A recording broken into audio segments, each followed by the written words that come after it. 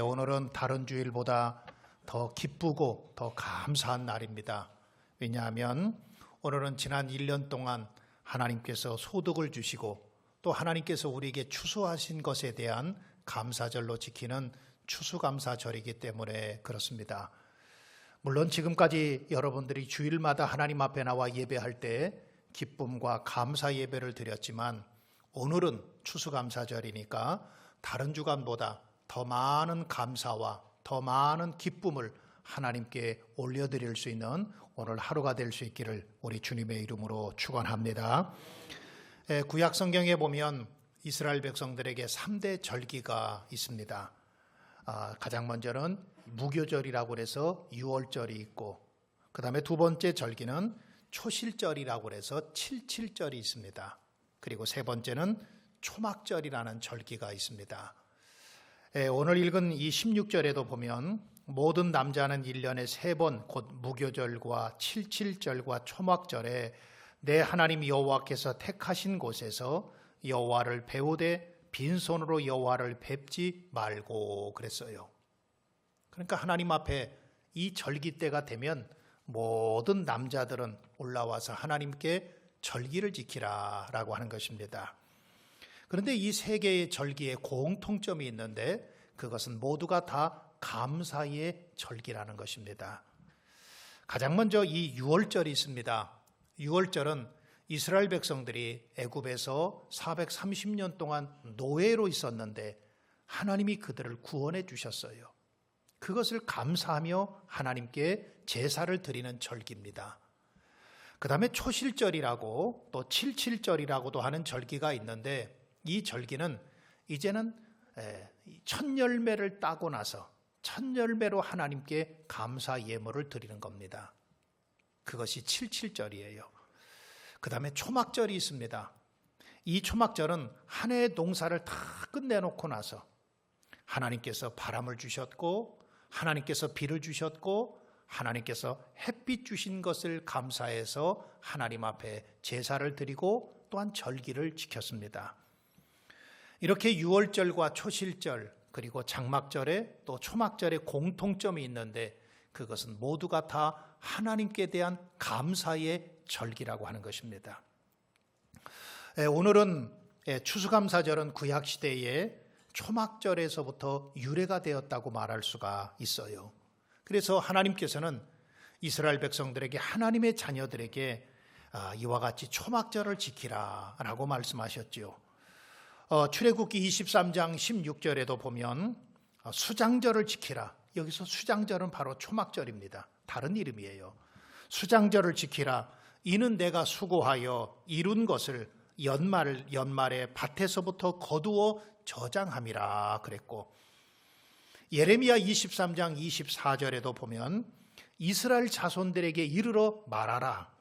일곱째 달 15째 날은 초막절이니 여호와를 위하여 이레 동안 지킬 것이요. 그러니까 초막절이 되면 7일 동안의 절기를 지키라는 거예요. 오늘 본문 13절에도 보면 너희 타작마당과 포도주 틀에 소초를 거두어 드린 후에 이레 동안 초막절을 지킬 것이요 그랬습니다. 그러니까 7일 동안 초막절을 지키라는 거예요. 이 초막절이 되면 이스라엘 백성들은 광야로 나갑니다. 그리고 자녀들과 함께 광야로 나가요.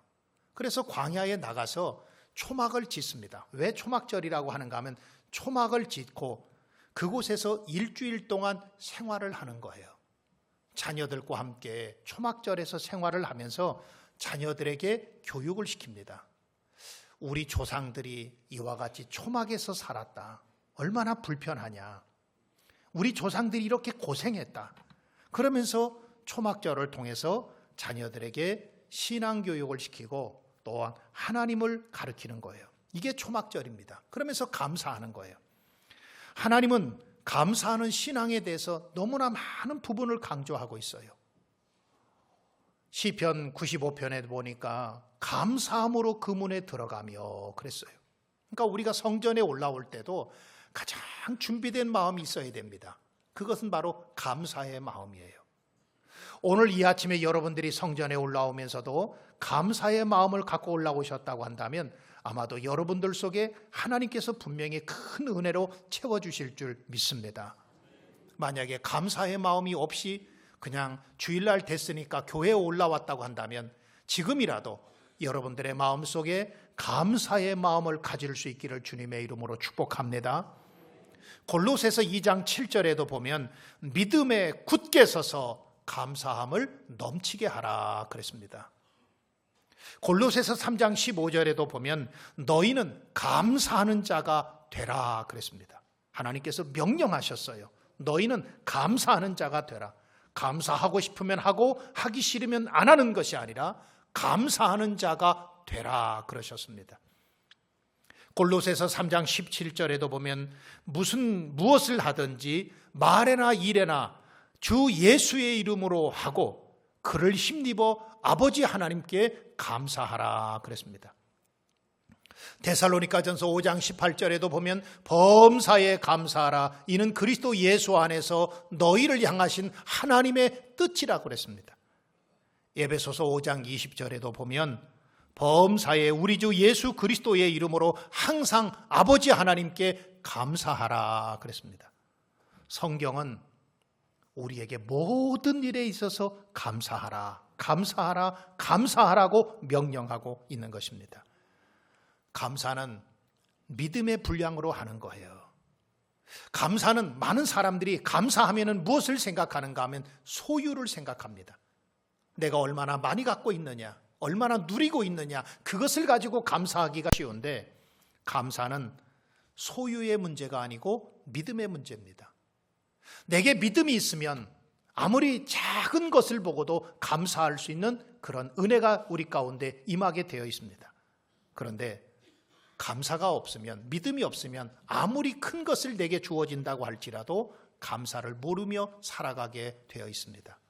사랑하는 성도 여러분, 여러분들의 믿음이 감사를 알 수 있고 감사를 고백할 수 있고 감사를 나눌 수 있는 여러분들의 믿음이 되기를 우리 주님의 이름으로 축원합니다.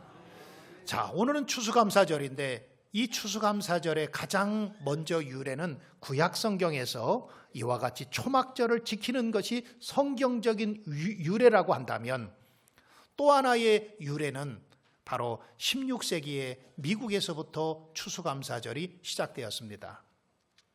16세기 영국의 헨리 8세와 그리고 제임스 1세, 찰스 1세 시대에 기독교를 박해하기 시작했습니다. 그러자 이 런던에 살고 있고 영국에 살고 있던 이 기독교인 청교도들이 신앙의 자유를 찾아서 신대륙으로 가게 됩니다. 그것이 1620년 9월 달이에요. 102명의 그 청교도들이 메이플라워라고 하는 배를 타고 미국으로 가게 됩니다. 65일 동안 항해를 하는데 무려 5,540km나 된 긴 거리를 항해해요. 그리고 11월 달에 매사추세츠 주에 도착을 합니다. 도착하면 그들을 끝날 줄 알았는데 도착하면서부터 그들에게 또 다른 난관이 기다리고 있었어요. 그것은 겨울 추위입니다. 제대로 된 집도 없고 제대로 된 건물도 없는 그 가운데서 그들은 추위를와 견디고 싸워야 됐습니다.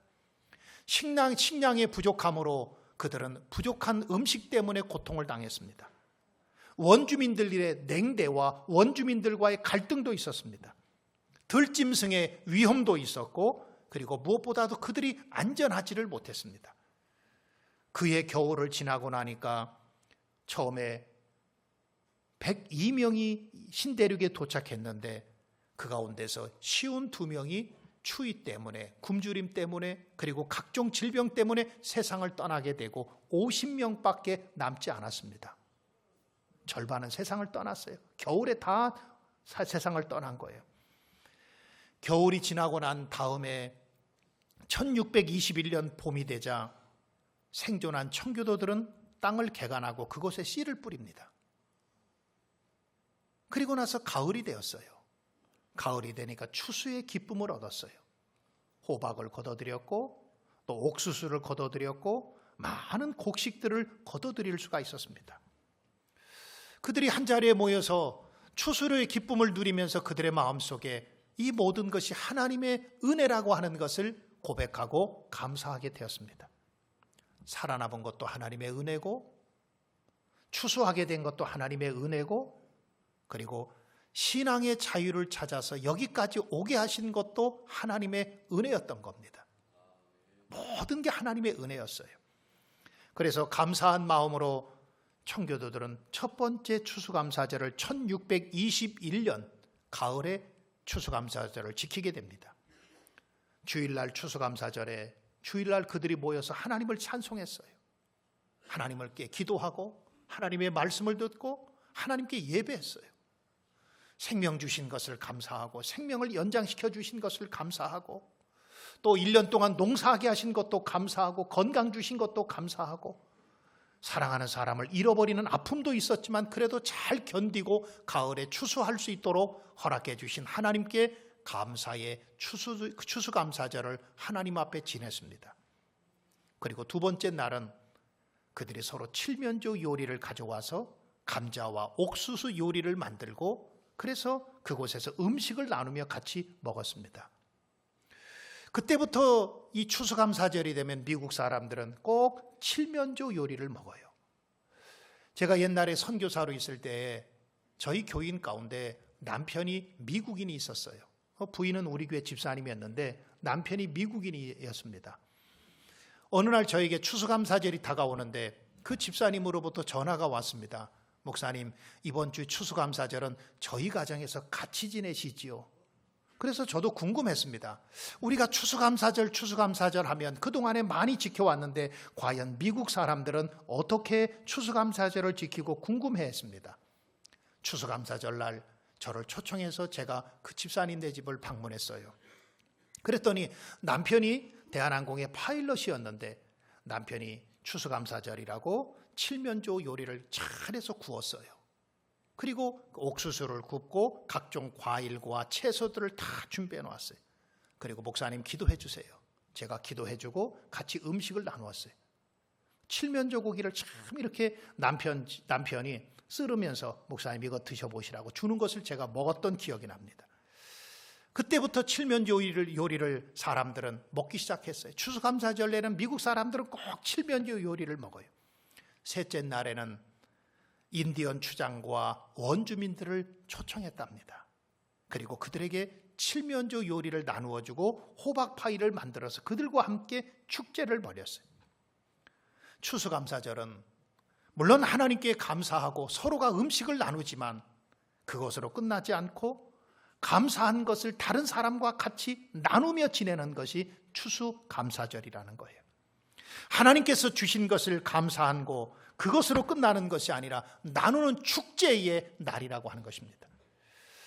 한 4년 전에 어느 날 하나님의 말씀을 묵상하고 있는데 저에게 하나님께서 저에게 마음속에 감동을 주셨어요.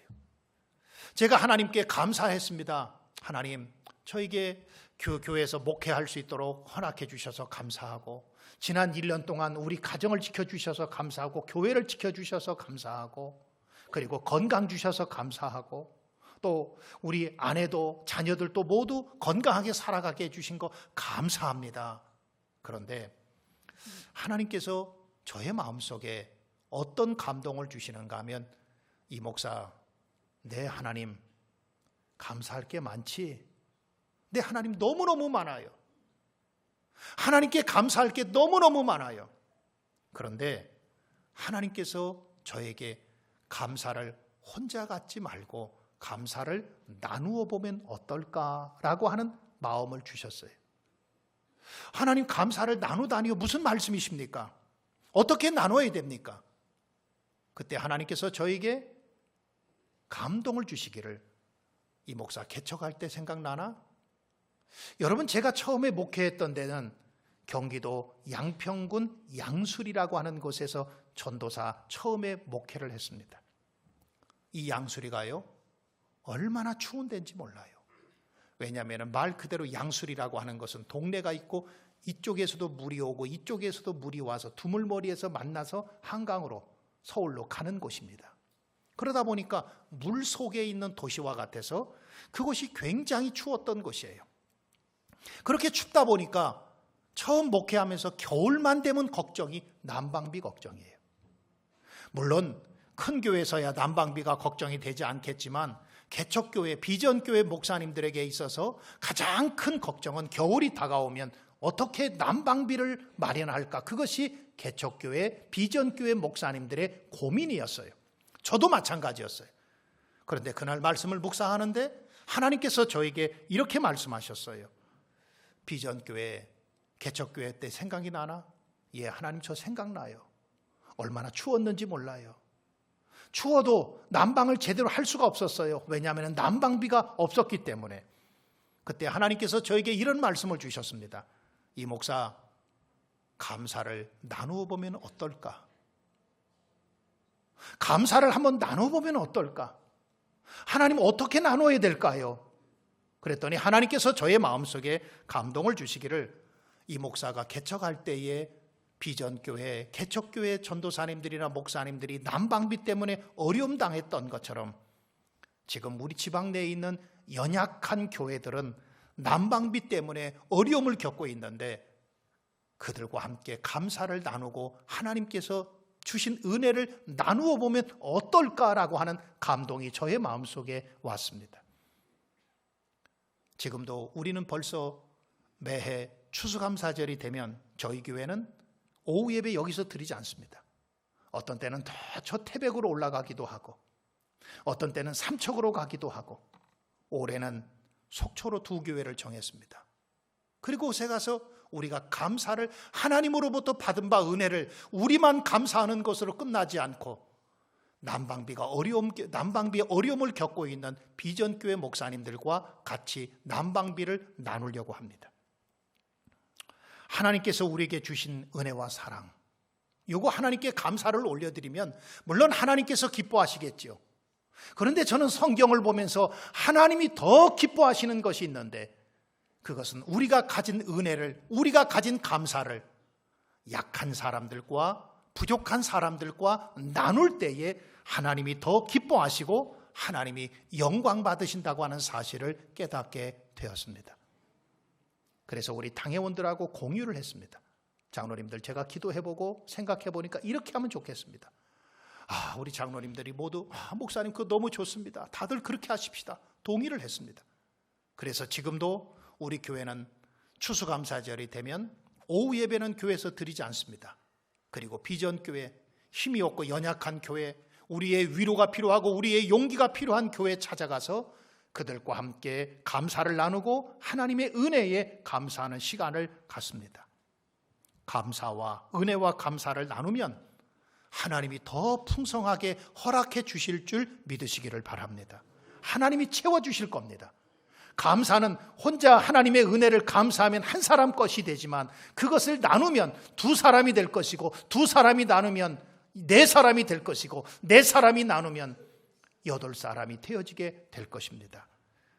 마가복음 6장에 보면 우리가 잘 알고 있는 물고기 2마리와 보리떡 5개로 5,000명을 먹이는 기적을 행하셨습니다.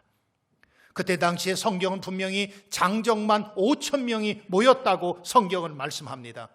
많은 사람들이 예수님의 말씀을 듣기 위해서 그 자리에 모여 있었습니다.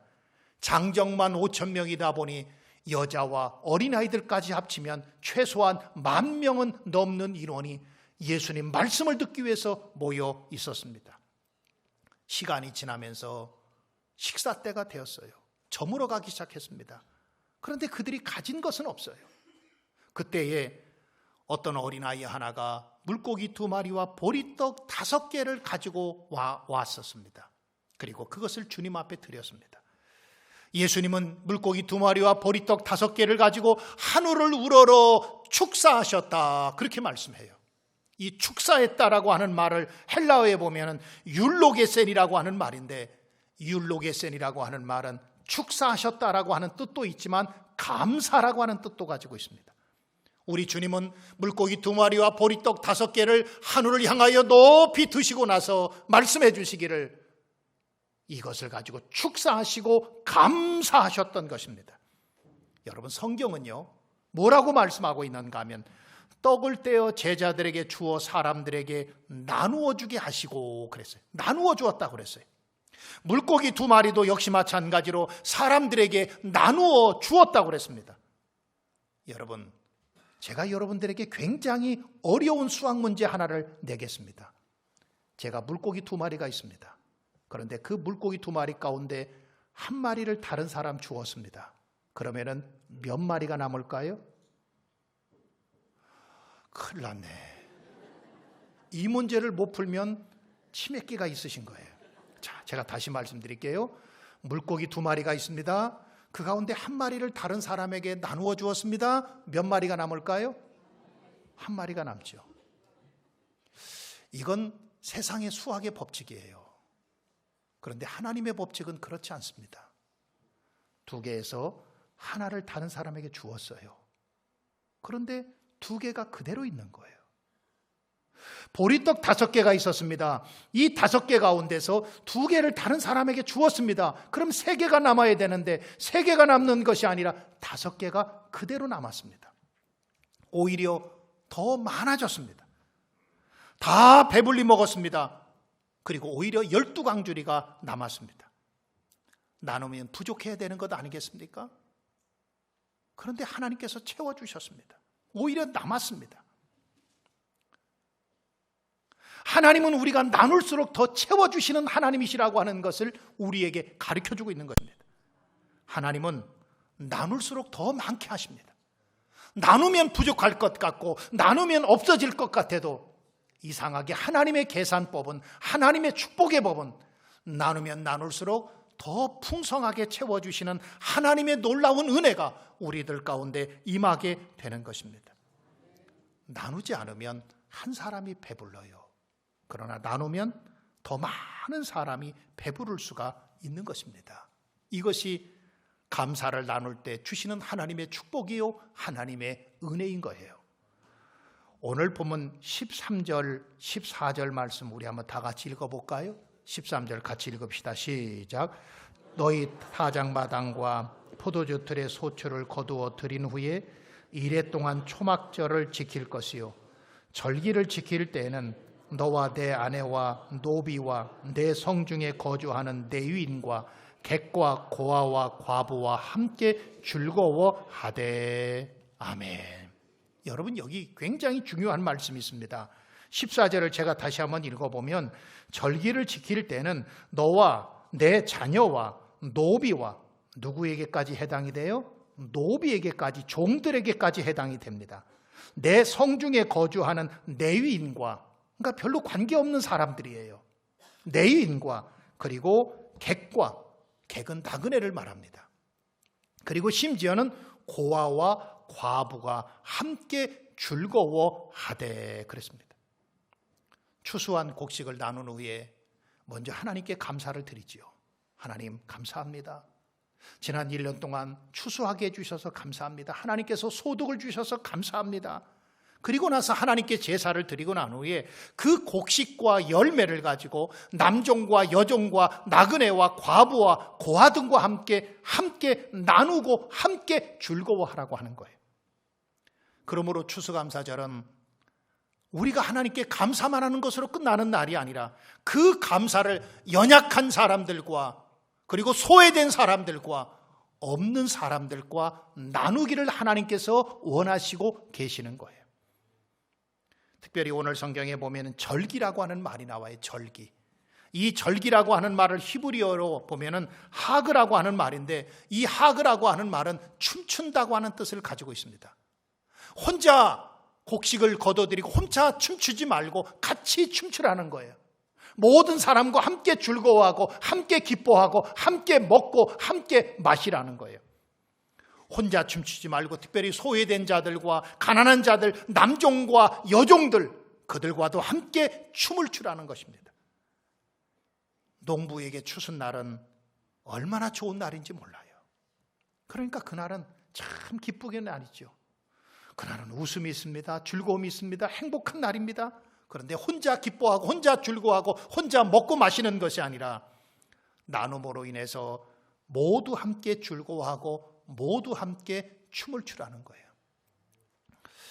제가 어렸을 때 저희 아버님이 사업을 하셨어요.